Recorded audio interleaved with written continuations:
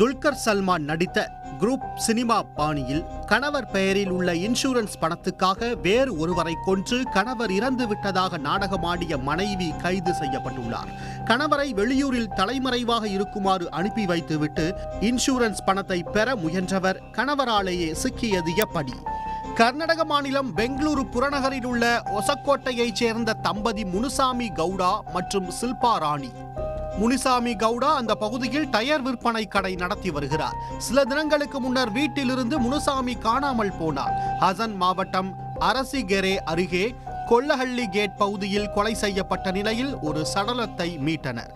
அவரது உடை, வாட்ச், அடையாள அட்டை உள்ளிட்டவற்றை வைத்து அவர் முனுசாமி என அறிந்து மனைவிக்கு போலீசார் தகவல் தெரிவித்தனர். சில்பா ராணியும் அது தனது கணவர் சடலம்தான் என உடலை பெற்று இறுதிச் சடங்குகள் செய்துள்ளார். முனுசாமியை கொலை செய்தது யார், எதற்காக கொலை செய்தார்கள் என போலீசார் விசாரணை நடத்தி வந்தனர். போலீசாருக்கு துப்பு கிடைக்காத நிலையில் கணவரின் பல லட்சம் ரூபாய் காப்பீட்டு பணத்தை பெற மனைவி காட்டிய ஆர்வத்தை வைத்து போலீசாருக்கு சந்தேகம் வந்துள்ளது. இதனால் சில்பா ராணியிடம் விசாரித்தனர். அவர் முன்னுக்கு பின் முரணாக பதிலளித்து வந்ததால் அவரை கண்காணித்து வந்தனர். இந்நிலையில் இறந்து போனதாக கூறப்பட்ட முனுசாமி உயிருடன் சொந்த ஊருக்கு வந்துள்ளார். அப்போது உறவுக்காரரான காவல் ஆய்வாளர் ஒருவர் கண்ணில் முனுசாமி பட்டுள்ளார். உடனே முனுசாமியை பிடித்து வைத்துக் கொண்டு அவரது மனைவியை வரவைத்து இருவரிடமும் விசாரித்த போது திடுக்கிடும் தகவல் வெளியாகியுள்ளது. முனுசாமி பல்வேறு இடங்களில் லட்சக்கணக்கில் கடன் பெற்றுள்ளார். ஆனால் அவரால் வாங்கிய கடனை திருப்பி செலுத்த முடியவில்லை. இதனால் தனது பெயரில் உள்ள காப்பீட்டு தொகையை மோசடியாக பெற முடிவு செய்துள்ளார். இதற்காக தம்பதி கூட்டாக சேர்ந்து கொடூரமான திட்டத்தை தீட்டியுள்ளனர்.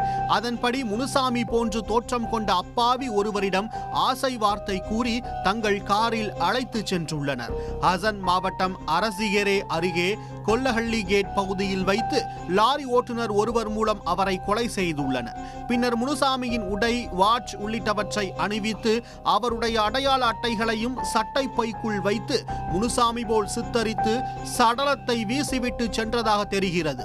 பின்னர் முனுசாமியை வெளியூர் அனுப்பி தலைமறைவாக இருக்குமாறு கூறிவிட்டு போலீசார் சடலத்தை மீட்டதும் அது தனது கணவர் சடலம்தான் என்றும் கணவர் இறந்துவிட்டதாக உறவினர்கள் கிராமத்தினரை சில்பா ராணி நம்ப வைத்து இறுதிச் சடங்குகளை மேற்கொண்டதும் தெரிய வந்துள்ளது.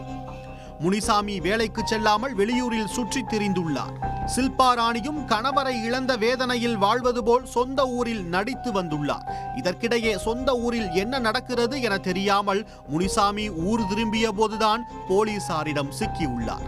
இதையடுத்து முனுசாமி, அவரது மனைவி சில்பா ராணி மற்றும் கொலைக்கு உதவியாக இருந்த லாரி ஓட்டுநர் ஆகிய 3 பேரையும் போலீசார் கைது செய்தனர். கொலை செய்யப்பட்ட நபர் யார் என்பது குறித்து விசாரணை நடத்தி வருகின்றனர். காப்பீட்டு தொகைக்கு ஆசைப்பட்டு அப்பாவி நபரை திட்டமிட்டு தம்பதி கொலை செய்த சம்பவம் கர்நாடகாவில் பரபரப்பை ஏற்படுத்தி உள்ளது. உடனுக்குடன் செய்திகளை தெரிந்து கொள்ள சன் நியூஸ் பெல் ஐகானை கிளிக் பண்ணுங்க.